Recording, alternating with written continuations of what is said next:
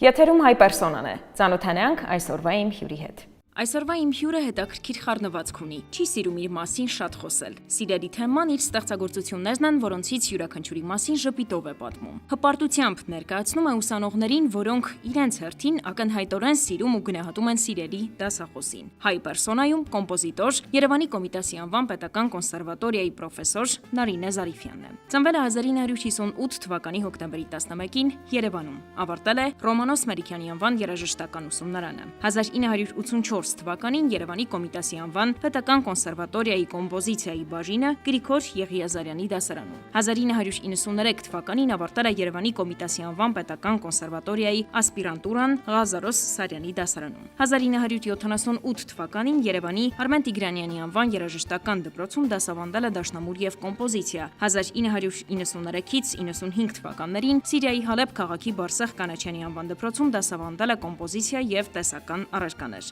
1997 թվականից դասավանդում է Երևանի Կոմիտասի անվան պետական կոնսերվատորիայում։ 2011-ին ստեղծել է Զարիֆյան քարյակը, որի գեղարվեստական ղեկավարն է։ Զարիֆյանի սիմֆոնիկ, կամերային, վոկալ ստեղծագործությունները կատարվել են Եվրոպայի, Ասիայի եւ Միացյալ Նահանգների երկրներում եւ արժանացել տարբեր մրցանակների։ Մասնակցել է միջազգային փառատոների։ Նարինե Զարիֆյանն արժանացել է Մովսես Խորենացու եւ Մշակույթի նախարարության ոսկե մեդալի։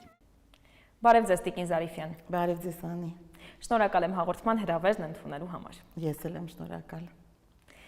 Էրզրում, Անի, ձեր արմատները Արևմտյան Հայաստանից են։ Եղել եք Արևմտյան Հայաստանում։ Ցավոք չեմ եղել, բայց փափակում եմ, որ անպայման պետք է գնամ։ Իմ տատիկները եւ հայրական կողմից եւ մայրական կողմից շատ են պատմել Արևմտյան Հայաստանի մասին, նույնիսկ իրանք ինձ ասում են, որ եթե լինենք Արևմտյան Հայաստանում, կգտնենք մեր տներ, որտեղ որ ապրել ենք, որտեղ անցել է իրենց մանկությունը, ցավոք ոչ մեկ չտեսավ իր բնակավայրը։ Ունեք ստեղծագործություն նվիրված Արևմտյան Հայաստանին։ Ցավոք չունեմ, ոչ։ Դեռ չունեմ, բայց ինձ թվում է, որ անպայման կլինի։ Երբ մտովի ետ եք գնում եւ հիշում եք ձեր մանկությունը, հատկապես որ դրվագն է տպավորվել ձեր հիշողություններում։ Ես շատ լավ մանկություն եմ ունեցել, երջանիկ մանկություն կարելի է ասել։ Լավ ծնողներ եմ ունեցել, որոնք միշտ աջակցել են ինձ, օգնել են բոլոր հարցերում։ Եվ հիշում եմ այն, որ ես սովորում էի Սայաթ Նովայի անվան երաժշտական դպրոցում եւ երբ քննությանը գերազանց թվանշան էի ստանում, հայրիկս ինձ տանում էր դիմացը խաղալիքների խանութ կար, ամենագեղեցիկ տիկնիկներ գնում եւ նվիրում էր ինձ։ Դա ինձ շատ ոգևորում էր եւ ես աշխատում էի միշտ գերազանց թվանշաններ ստանալ։ Դա տպավորվել է շատ։ Ով է նկատել երաժշտության նկատմամբ ձեր սերը կամ տաղանդը։ Ծնողներս առաջին հերթին իրանք նկատեցին։ Հայրիկս ուներ շատ լավ ընկեր Էմին Արիստակեսյան, կոմպոզիտորը, որը որ շատ հաճախ էր գալիս մեր տուն, եւ ծնողներս նրան ասեցին իմ ընդունակությունների մասին երաժշտական եւ նա ցանկացավ ինձ լսել։ Լսելուց հետո ինքը ասեց, որ ես անպայման պետք է զբաղվեմ երաժշտությամբ եւ մի քանի դաս իմ հետ անցկացրեց եւ հետագայում ինքը ուղղորդում էր ինձ, ամբողջ կյանքում ուղղորդում էր։ Մինչև կոնսերվատորիայի ավարտը, մինչև կոմպոզիտորների միությունը ընդունվելը, նա միշտ կողքիս է եղել։ Բայց հետո, երբ ես դեռ սովորում եմ երաժշտական դպրոցում արդեն, եւ պետք էր ստեղծագործությունները գրի առնել, ես ճիշտն ասած մի քիչ ծուլանում էի եւ չէի ուզում գրի առնել այդ ստեղծագործությունները, որտեղ նաեւ պետք էր դաշնամուր պարապել, սոլֆեջո պարապել, գումարած դրան պետք էր նաեւ գրի առնել իմ ստեղծագործությունները եւ ես որոշեցի, որ էլ չեմ զբաղվելու կոմպոզիցիայով։ Եվ ընդունվելուց հետո Ռոմանոս Մելիքյանի անվան երաժշտական ուսումնարան որպես դաշնակարգուհի շարունակում էի դաշնամուրային ուղղվածությունը։ Հետո երրորդ կուրսի ընթացքում կոմպոզիտոր Էդվարդ Բաղդասարյանը հավաքում էր ստեղծագործական դասարան։ Եվ ընկերուհիս ինձ ասեց, որ միգուցե գնանք փորձենք, Էդվարդ Բաղդասարյանը թող մեզ լսի, նա էլ էր գրում։ Ես ճիշտն ասած չէի հավատում, որ ինքը կարող է ինձ հավանի եւ տենց ավելի տենց թերագնահատում էի իմ ունակությունները, բայց գնացի։ Գնացի, նա ինձ լսեց, ընկերուս էլ լսեց, ասեց բաղ կգաք պատասխանի հետևից։ Ես ընկերուս ասացի, որ ես պատասխանի հետևից բնականաբար չեմ գնա, որովհետև նա ինձ իհարկե չի հավանի, եւ չգնացի։ Ընկերուս գնաց, եւ երբ նա մտավ դասարան, Էդվարդ Բաղդասարյանի մոտ, նա առաջինը ինչ ասաց, իսկ ուր է այն աղջիկը, շտապ այդ աղջկան ասա թող գա ինձ մոտ։ Եվ ընկերուս ինձ կանչեց, ասեց, որ Էդվարդ Բաղդասարյանը քեզ հավանել է եւ կանչում է։ Ես գնացի եւ այստեղից սկսվեց իմ մոտ շրջադարձ։ Այսինքն մի նոր աշխարհ բացվեց ինձ համար, կոմպոզիտորական արվեստի աշխարհը, եւ ես սիրով հաճախում էի կոմպոզիցիայի դասեր Էդվարդ Բաղդասարյանի դասարան, եւ ստացվեց այնպես, որ Էդվարդ Բաղդասարյանը 2 տարվա ընթացքում ինձ պատրաստեց կոնսերվատորիա, որ ես դիմեմ արդեն կոնսերվատորիա որպես կոմպոզիտոր։ Ես հաջողեցի, ընդունվեցի կոմպոզիտորական բաժին, իմ ղեկավարն էր Գրիգոր Եղազարյանը, շատ հայտնի կոմպոզիտոր, ցավոք մեր օրերին մի քիչ մոռացված, բայց փայլուն սիմֆոնիստ եւ փայլուն դասախոս, որի մոտ շատ բան եմ սովորել իհարկե։ Հետո ասպիրանտուրան շարունակեցի Ղազարոս Սարյանի դասարանում, գործիքագիտությունը Ավետ Տերտերյանի դասարանում, շատ փայլուն դասախոսներ եմ ունեցել։ Մի աստղաբույլ, ոնց որ հիմա ասում են, տաղանդավոր կոմպոզիտորներ, տաղանդավոր երաժիշտներ, յուրահատուկ մարդիկ։ Ես հպարտ եմ, որ ես իրենց մոտ սովորել եմ։ Իսկ ով է ձեր կյանքի ուսուցիչը։ Ինքը կյանքը սովորեցնում է ամեն ինչ։ Պետք է անցնել այն ուղին, որը տրված է հենց հատուկ քեզ, եւ կյանքի ընթացքում դու շատ բան ես սովորում կյանքից։ Ինչպես ասում եք, ուսուցիչը կյանքն է։ Այդ ուսուցչի սովորեցրածին կամ հրահանգներին երբևէ փորձել եք դեմ գնալ։ Իհարկե։ Շատ անգամ ստացվել է, շատ անգամ ոչ, բայց միշտ ուզեցել եմ գնալ առաջ։ Նարինե Զարիֆյանը ընդվզող է։ Այո։ Հաճախ։ Այո։ Իսկ պայքարում եք մինչև վերջ, թե ճանապարհի կեսից երբեմն եթե ես ինչ-որ բան մտածել եմ, ես անպայման պետք է մինչև վերջ գնամ։ Անպայման պետք է մինչև վերջ գնամ եւ հասնեմ նրան, ինչ որ մտածված է, լինի դա պրոյեկտ, լինի դա ինչ-որ կենցաղային հարցեր, նշանակություն չունի։ Եթե ես ինչ-որ բան սկսել եմ, ուրեմն պետք է ավարտեմ։ Չէ, հետո ես չեմ կարող։ Սկսում եմ նեղվել, նервանալ եւ այլն։ Ձեր կյանքում ավելի հաճախ հանդիպել եք մարդկային թե տեխնիկական խոչընդոտների։ Մարդկային խոչընդոտներ էլ եղել են, տեխնիկական խոչընդոտներ եւս եղել են, բայց հաղթահարել եմ։ Իմը այտենց հաղթահարող տեսակն է։ Ես սիրում եմ հաղթահարել ամեն դժվարությունները հաղթահարել։ Ես երբեք չեմ մտածում, իմ մոտ չստացվեց, ուրեմն վերջ, այլևս ոչինչ պետք չի անել, պետք է այսպես նստել։ Չի ստացվել, պետք է աշխատել, որ ստացվի։ Կարող է դա լինի մի տարի հետո, 2 տարի հետո, 3 տարի, 10 տարի հետո, բայց պետք է ստացվի։ Ըստ էության նա շատ լավ գիտի երաժշտություն, թե որ դարում ինչ ոճով են նվագել։ Սկսած դասական կամ միջնադարյան երաժշտությունից վերջացրած, չգիտեմ, հայկական ժողովրդական կամ ռոք երաժշտությամբ նայեն իր հանկարծ առանձնանում ու դառնում է այդ հասկանում է մտնում է այդ ոճի մեջ։ Ինքը շատ շուտ է կարողանում կերպարանափոխվել։ Դերասանների մոտ դա կոչվում է կերպարանափոխություն։ Ռուբեն Ախվերդյանը ասաց, որ ոճային առումով Նարինեն կարողանում է միանգամից տրանսֆորմացիա լինի եւ դա արհեստական տրանսֆորմացիա չի։ Ոնց որ ասենք մեր երգիչները հիմա երգում են հայերեն իբրև, որը որ չես հասկանում բառերի կեսը, բայց անգլերեն իբրև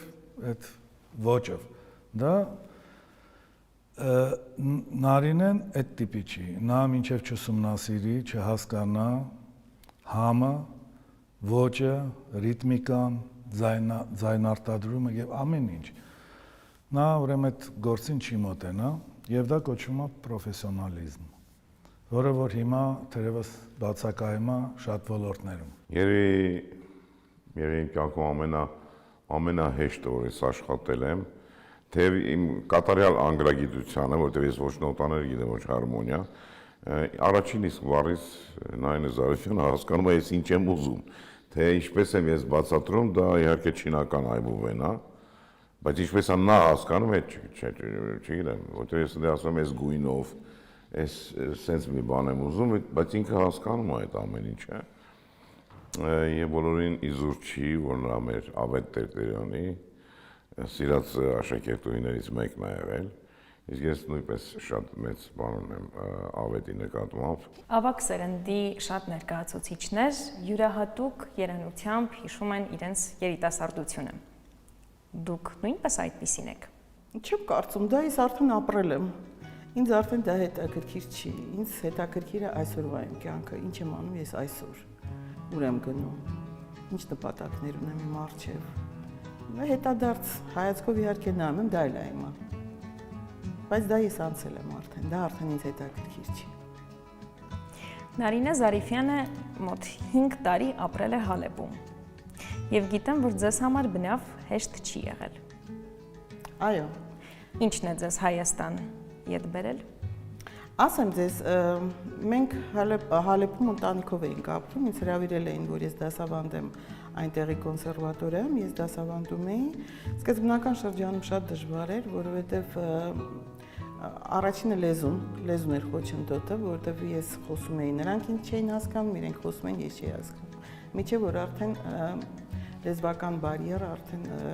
չեղավ, արդեն հասկացանք իրար։ Եվ ինչն էր ամենահետաքրքիրը, որ երաժշտությունը իրենց համար հոբի էր։ Այն ինչ որ մենք սովորել ենք այստեղ, մեր գիտելիքները, մեր պրոֆեսիոնալիզմը, այնտեղ բացարձակ ուրիշ մոտեցում էր դեպի երաժշտություն, այսինքն եթե տվյալ երեխան կամ ավելի տարիքով ուսանող կլիներ կամ ավելի տիկին կլիներ, տանտիկին, նրանք ցանկություն ունեն երաժշտություն սովորելու, նրանք սովորում էին մասնավոր դասերի միջոցով։ Ու դա նրանց համար հիմնականում հոբի էր, ու մեր պահանջը ես էի մի քանի մեր կոնսերվատորիայի նույնպես դասախոսներ, այդ պրոֆեսիոնալիզմը մենք էինք դնում Հալեբի այդ կոնսերվատորիայում դնում էինք, ու շատ տաղանդավոր երեխաներ կային Սփյուռքում, այդ երեխաները նրանք այդ ուղին արդեն այդ ուղիով սկսեցին շարժվել, այսինքն դեպի պրոֆեսիոնալ մոտեցում, ոչ թե դեպի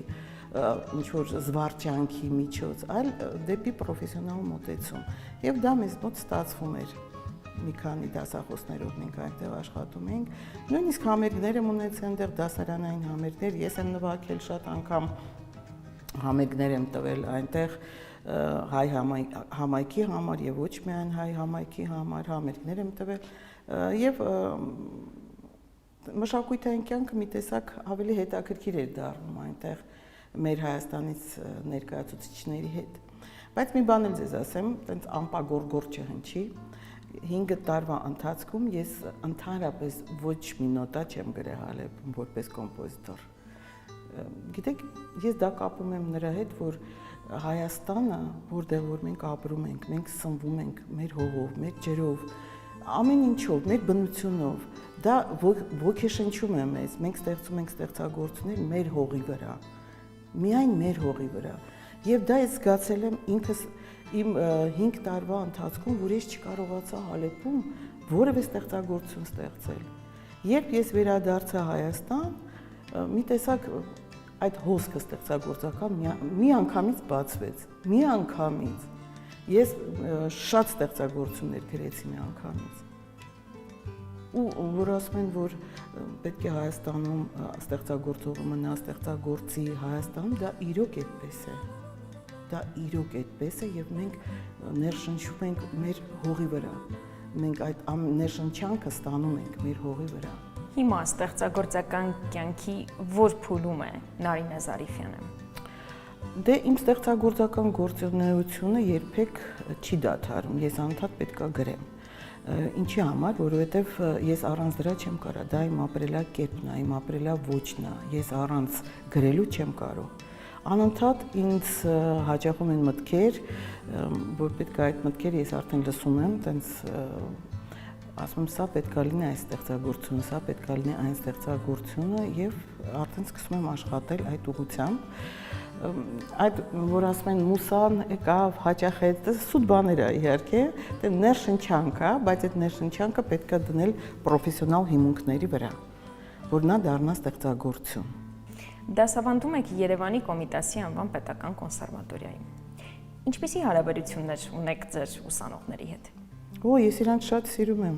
իմ ուսանողներին շատ սիրում եմ եւ աշխատում եմ իրենց տալ այն ամենը, ինչ որ ես ունեմ, այդ բոլոր գիտելիքները, պրոֆեսիոնալիզմը, մոտեցումը դեպի արվեստ, դեպի իրենց ուսումը, այդ ամեն ինչը ես իրենց աշխատում եմ տալ, որ իրենք իմ դասարանից կամ կոնսերվատորիայից դուրս չգան այնպիսին, ինչպիսին եկել են, դուրս գան ավելի տենց գիտելիքներով, ֆունդամենտալ գիտելիքներով լի։ Այժմ կհնչի իմ ստեղծագործությունը Մերսի Օմնի, որը գրված է ջազ տրիոյի եւ մեներկչուի համար, կկատարի մագիստրատուրա երկրորդ կուրսի ուսանողուհի Զարու Մուրադյանը, իդեպ պետք է ասեմ, որ հարվածային գործիքների կատարող Հերբերտ Արուստամյանն է, որը նույնպես իմ ուսանողն է, բակալավրիատի 4-րդ կուրս, Դավիթ Գյոդակյանը, բաս գիտար, նույնպես իմ նախկին ուսանողն է, բայց այժմ մեր ամբիոնի դասախոս, եւ Սոֆի Միքայելյանը, որը որ փայլուն դաշնակարուհի է եւ մեր ամբիոնի դասախոսն է նույնպես։ Սիրով լսենք։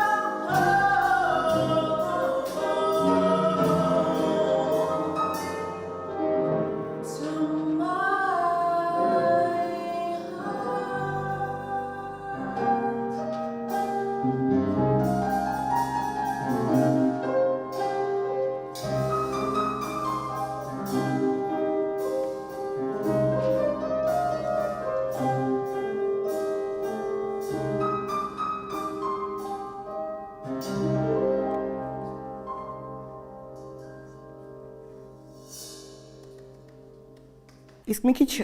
խիստ եմ ուսանողների հետ, մի քիչ խստություն անում եմ, բայց դա խոսում է իրենց օգտին, միայն իրենց օգտին, որովհետև մեր ժամանակաշրջանում, որ մենք սովորում էինք, մեր դասախոսները անվանի նույնպես մեր հետ շատ խիստ էին, եւ դա շատ լավ ազդեցություն է ունենում հետո, երբ որ դու արդեն սկսում ես աշխատել եւ աշխատում ես քո պրոֆեսիոնալիզմի վրա, քո գիտելիքներն ես ավելի տենց դասավորում, որ օգտագործես ամեն ինչը ճիշտ եւ տեղին, եւ ես հիշում եմ, որ մենք Պոլիֆոնիայի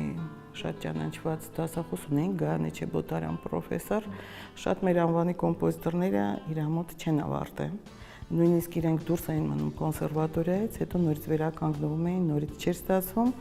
Ես Գայանե Մայիսեևնայի մոտ 2 առարկանել գերազանց եմ ստացել, բայց ուզում եմ ասել, որ մեծ քրտնաջան աշխատանքի միջոցով Դավիթ Խանջյան դիրիժոր ճանաչված, Դավիթ Խանջյանի մոտ նա դասավանդում էր մեզ պարտիտուրների ընթերցում, եթե գայր պարտիտուրը նստեիր դաշնամուրի մոտ մի րոպեից ավել ու չկարողանայիր նվագել այդ պարտիտուրը, նա միանգամից ասում էր փակեք պարտիտուրը եւ դուրը հակառակ կողմից։ Այդ ձևով էր ամեն ինչը, դա ստիմուլ էր, մյուս անգամ դու երբեք անպատրաստ չէիր գա դասի, անպայման պատրաստված կգայր դասի։ Նույնը ես ուզում եմ, որ մեր ուսանողները նույն ձևով մոտենան այդ ամեն ինչին։ Հիմա մի քիչ այլ է, հիմիկվա ուսանողները իրանք ճիշտ ասած իրանք գիտեն, իրանք ինչի համար են եկել կոնսերվատորիա, շատ-շատերը, նրանցից երևի մի 60%-ը իրոք ուզում են երաժիշտ դառնալ, իրոք ցանկություն ունեն դառնալ պրոֆեսիոնալներ, տարբեր ուղղությամբ երաժիշտներ, բայց կան այդ 40%-ը կան ուղղակի սովորում են, ուղղակի սովորողներ էլ կան, ունենք։ Դե հիմնականում ես շեշտը դնում եմ հետագա իմ համագործակցության վրա, որ այդ աչքի ընկնող ուսանողների հետ աշխատեմ ավելի շատ եւ կապը չկտրվի կոնսերվատորիայի հետ, շրջանավարտների եւ դասախոսական մեր կապը երբեք չկտրվի։ Եվ ես համագործակցում շատ իմ ուսանողների հետ, կարող եմ օրինակ նշել Սոնա Շահգիլձյանին, որը ավարտել է մեր ամբիոնը,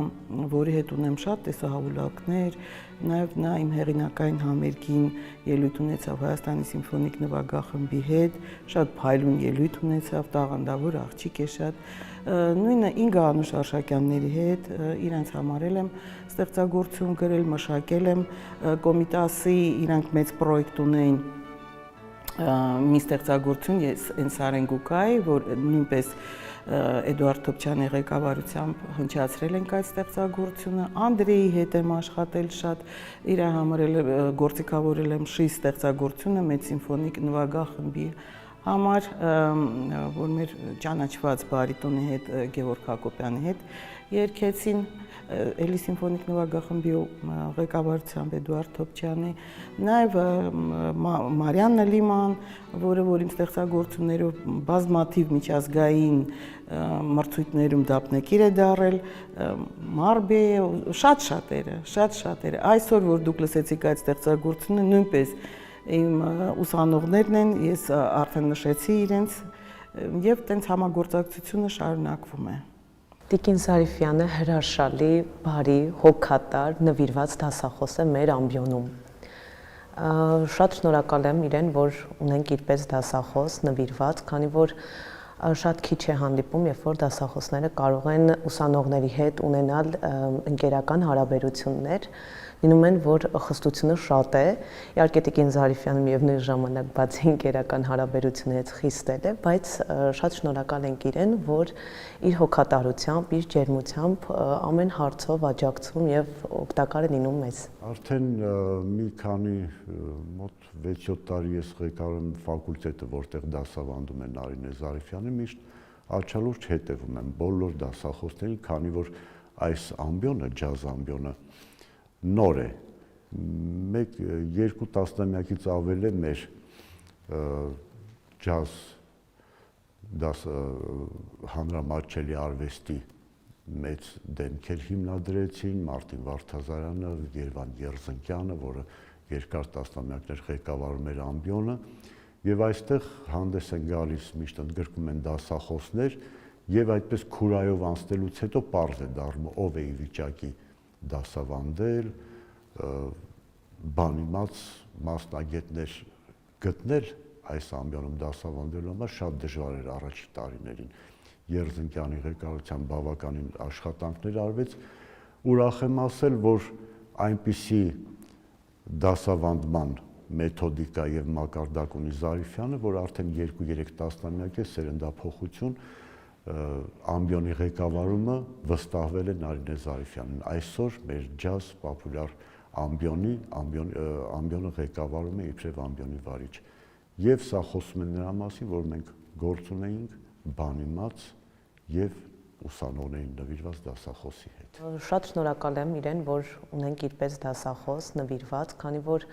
շատ քիչ է հանդիպում, երբ որ դասախոսները կարող են ուսանողների հետ ունենալ ընկերական հարաբերություններ,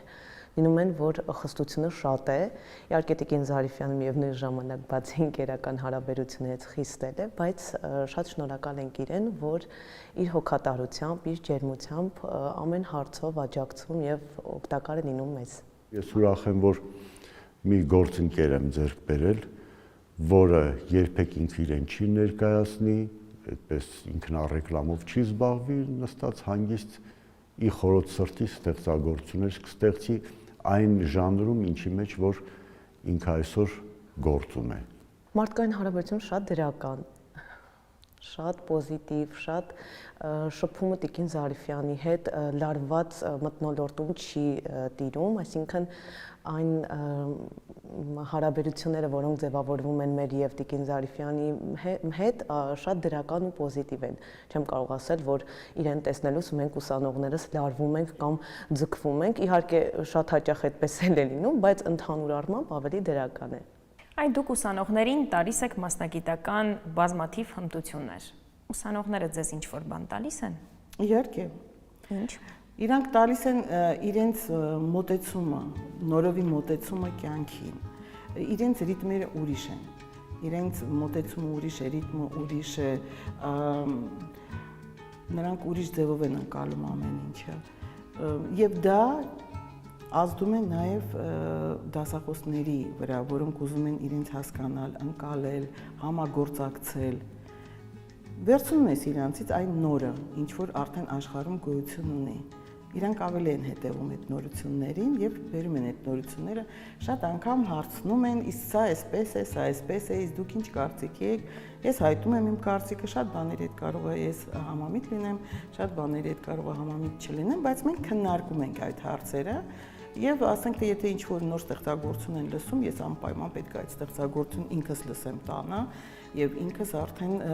տեսնեմ ինչ է կատարում, ինչպես է գործիքավորված, ինչպես է զարգանում այդ ստեղծագործությունը, ինչն է, որ այդ ուսանողին հետաքրքրում է այդ ստեղծագործության մեջ։ Այդ տեսանկյունից եմ արդեն նայում։ Եվ բավական հետաքրքիր է, այսօր եմ նոր բաներ վերցնում։ Իրանցից վերցնում ես, շատ բան ես վերցնում իրանցից։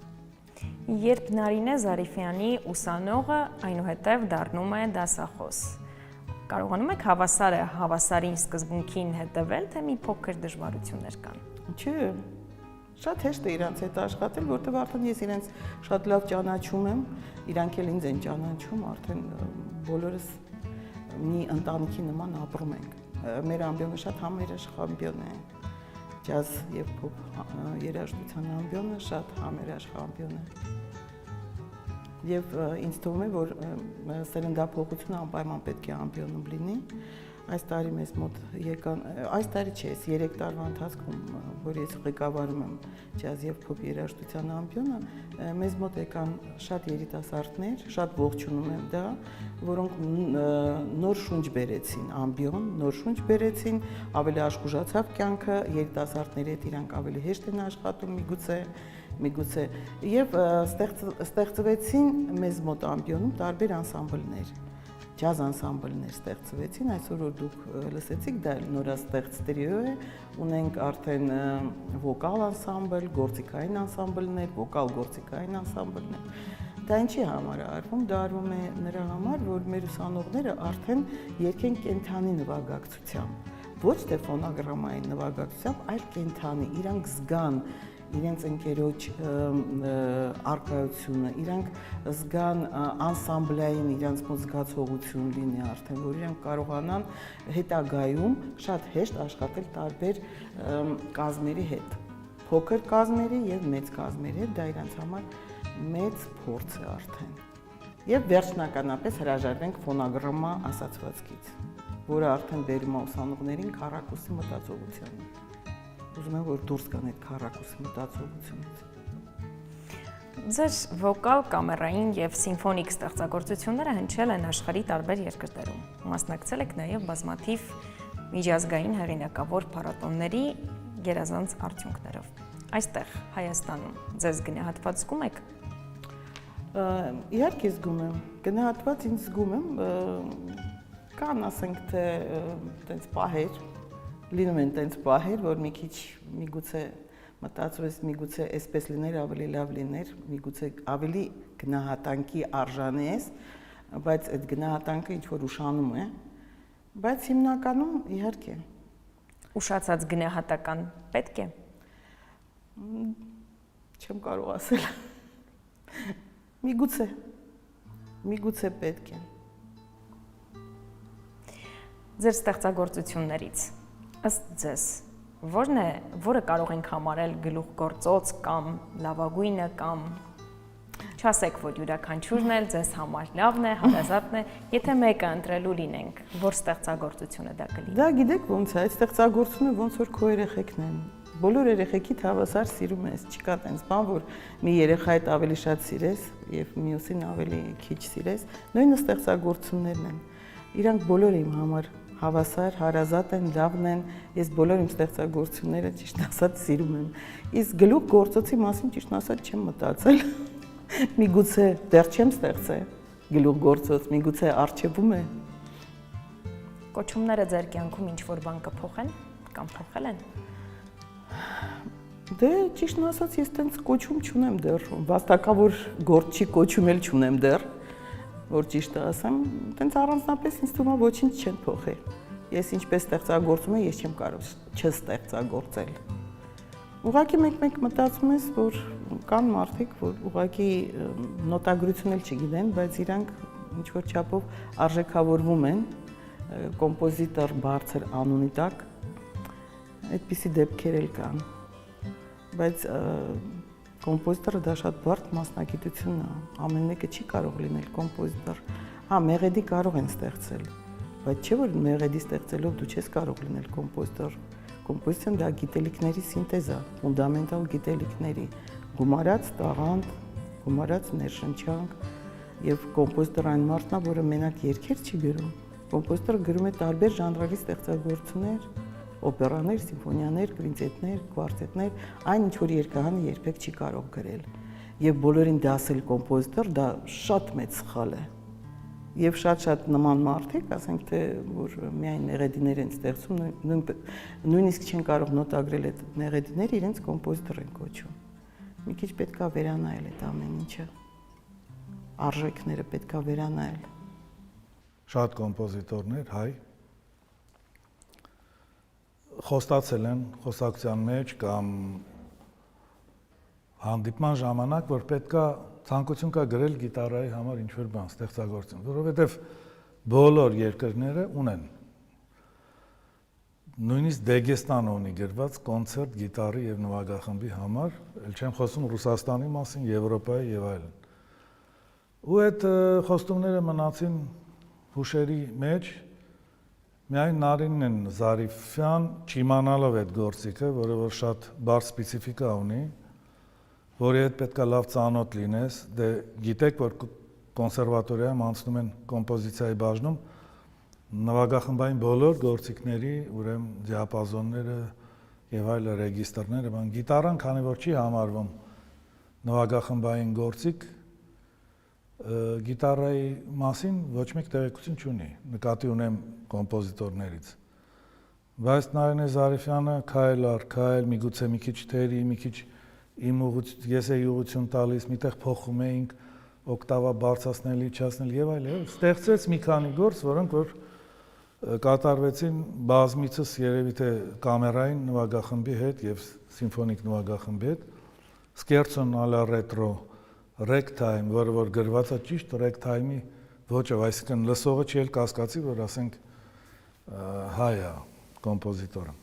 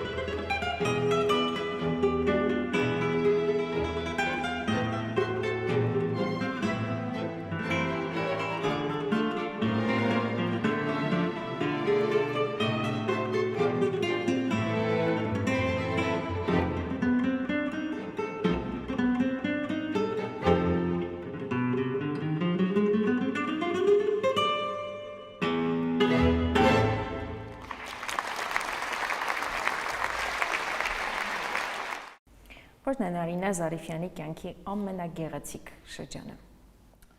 Ամենագեղեցիկ շրջանը երևի եղել է տենց 2000 թվականից մինչև 2000 տենց 10, 11, 12։ Իսկ իմ գեղեցիկ համերգը, որին որ ես շատ երկար տարիներ սպասել եմ, դա եղել է իմ հեղինակային համերգը, որը տեղի ունեցավ Արամ Խաչատրյան մեծ համերգասրահում, մասնակիցներն էին Ֆիլհարմոնիկ նվագախ խումբը,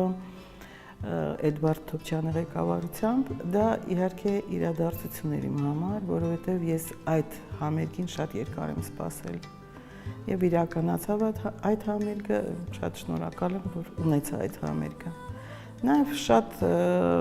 ստեղծագործություններ, որոնք հնչացրել են շատ փայլուն դիրիժորներ, Ռուբեն Ազատրյան, որը իմ շատ ստեղծագործությունների պրեմիերաների առաջին կատարողն է եղել, դա էլ ես չեմ կարող ասել, որ դա փայլուն շրջան չի եղել իմ կյանքում, դա էլ է փայլուն շրջան եղել, որովհետև ամեն մի համերգային կատարման հետ դու ապրում ես մի մեծ կյանք, մի ոգևորություն, մի ուրախություն, խանդավառություն, չեմ կարող բացատրել այդ զգացողությունը։ Բայց դա գերազանց զգացողություն է, որ արվեստագետի, կոմպոզիտորի կյանքում անդադ պետք է լինի, առանց դրա կոմպոզիտորը չի կարող ապրել։ Այն նշեցիք, որ 2000-ականներին ձեր կյանքի գեղեցիկ շրջան էր։ Այդ ընթացքում ինչ կար Տիկին Զարիֆյանը։ Ստեղծել եմ շատ ստեղծագործություններ, հիմնականում սիմֆոպոպուլյար ոճում։ Ես հասկացա, որ այդ սիմֆոպոպուլյար ոճը շատ կարևոր է, մինչ այդ ոճին անցնելը ես հետաքրքրությամբ ուսումնասիրում էի արտ երկրում ինչպես է այդ ամեն ինչը տեղի ունենում, այդ ոճը մի մեծ ստադիոններ էր հավաքում, այստեղ ոնց ասեմ, տարածված չէր ընդհանրապես այդ ոճը եւ Ռուբեն Ասատրյանի հետ որոշեցինք այդ տիպի մի համերգ անել եւ այդ համերգը շատ մեծ արձագանք ունեցավ։ Հնչեցին գրեթե 80% իմ ստեղծագործություններն էին այդ համերգում հնչում եւ ես հասկացա, որ այդ ժանրը շատ կարեւոր է, շատ պետքական է եւ պետք է այդ ժանրը Հայաստանում զարգացնել։ Բեղնավուն շրջաններ, շատ ստեղծագործություններ ստեղծվեցին։ Հետագայում այդ ստեղծագործությունների մի քանիսը հնչեցին նաեւ իմ հեղինակային համերգին Էդուարդ Թոփչյանի ղեկավարությամբ։ Հաստրել եք կյանքի կոչել ձեր բոլոր երազանքները կամ նպատակները։ Գրեթե հասցրել եմ, բայց ունեմ մի երազանք, որ անպայման ուզում եմ դա անել, ուզում եմ անպայման գրել օպերա, սիմֆոպոպ օպերա կամ փոփ օպերա, ուզում եմ, այսինքն գրված կա, պետք է իրականացնել, հնչացնել, այդ դա եմ ուզում անպայման։ Ձեզ ուժեղ մարդ եք համարում։ Այո։ Բնավորության ավելի շատ ուժեղ թե թույլ կողմեր ունեք։ Չէ, բնավորության ուժեղ կողմեր ունեմ ես։ Թույլը տենց չեմ կարծում, որ թուլանամ, ես չեմ թուլանում։ Որոնք են այդ ուժեղ կողմերը։ Ոնց ասեմ, ուժեղ կողմերը նրանք են, որ երբեք չթուլանալ, գնալ առաջ, չկոտրվել երբեք։ Այդ պահերը եղել են իմ կյանքում, որ ասենք թե ես կարող էի կոտրվել, ընդհանրապես չգրել երաժշտություն։ Մեր տենց տարիքով կոմպոզիտորները հենց սկզբնական շրջանում սիրում էին տենց բաներ անել սովետական միության այդ ժամանակաշրջանում, բայց պետք է շատ ուժեղ լինես, պինդ լինես ու հավատաս ինքդ քեզ կարևորը, որ դու կարող ես, որ այդ ամեն ինչ ուղղակի խոչընդոտներ են, որ դու պետք է հաղթահարես։ Ես գտնում եմ, որ ես ուժեղ եմ, ես դա հաղթահարեցի եւ երբեք հետ չեմ նայել, միշտ գնացել եմ առաջ։ Նա ինձ համար կարող է օրինակ ծառայել ոնց որ իր քաջության թե այդ խիզախությունը, որ ունի նաեւ արվեստում, նաեւ իր անզուսպ լավատեսության մեջ է։ Նույնիսկ ամենավատ պահերին, երբ որ ասենք, գիտեմ որ վշտի մեջ է եղել, նա իր կենսունակությունը ու լավատեսությունը չի կորցրել։ Ես առանց ժպիտի ու հեռարոցի երբեք չեմ տեսել, նույնիսկ փողոցում որ հեռվից հանդիպում ենք, արդեն ժպիտը սենց մինչև, բայց դա չի նշանակում, որ ինքը, ասենք, ես հասկանում եմ, ես էլ եմ ուսանողների հետ շատ մեղմ,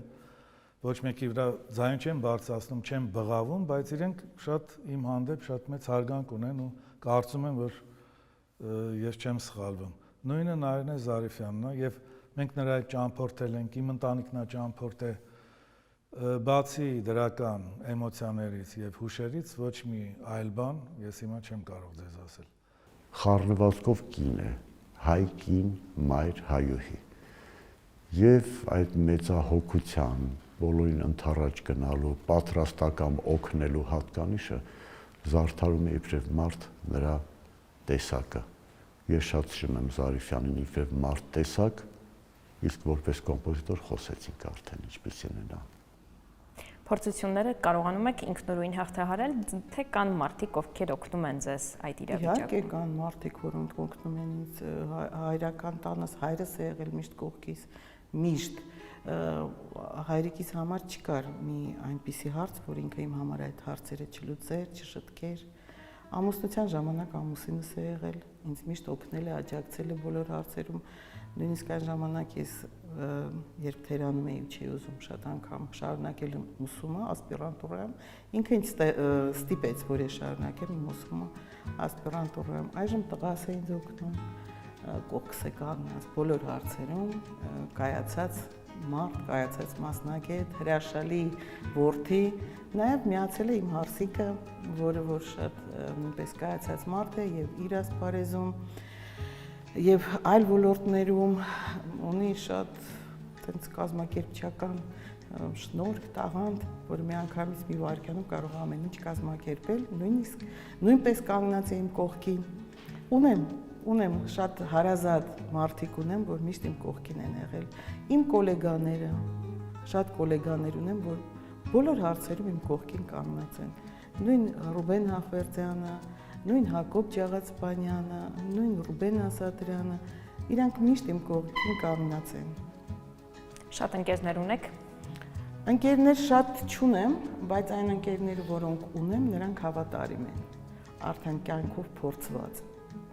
Ինչ հատկանիշներ պետք է ունենա մարդը ձեր ընկերը դառնալու համար։ Նա պետք է անկեղծ լինի, ընկերության մեջ անկեղծ պետք է լինի։ Եթե ես զգում եմ, որ ընկերության մեջ ավելի տենց շահն է գերակշռում, ես չեմ կարող այդ մարդու հետ ընկերություն անել։ Անկեղծությունն առաջի հերթին։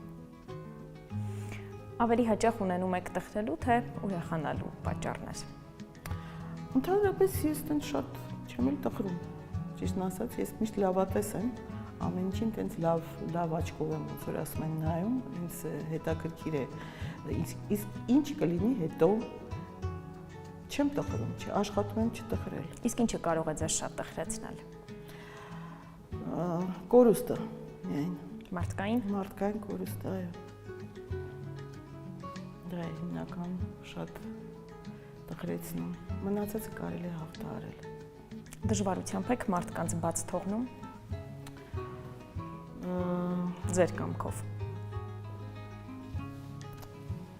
Չունեմ տենց մարդիկ, որ բաց եմ թողել, ճիշտն ասած։ Այն մարդիկ, որոնք պետք է իմ կողքին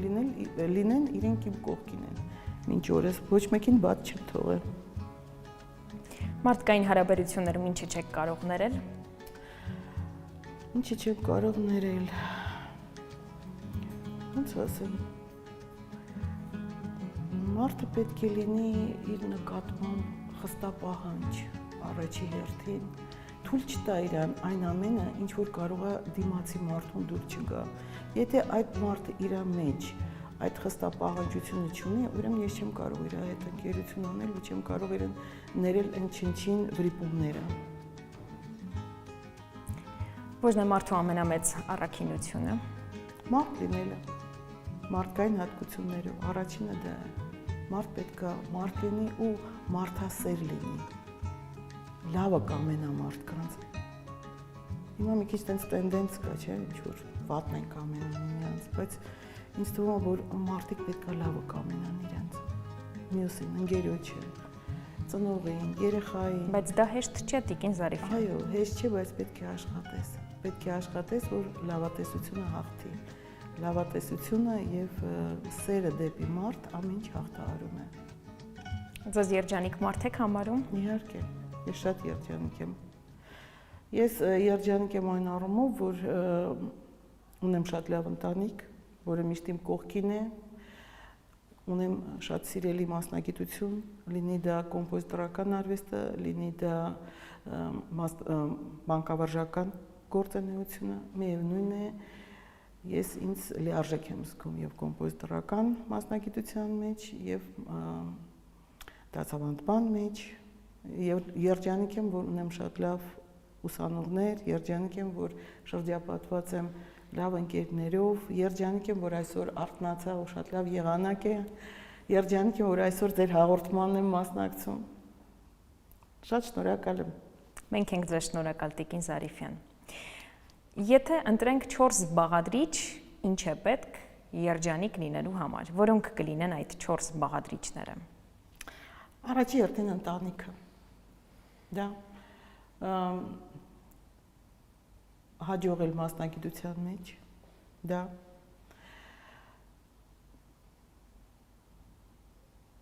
համերգներին,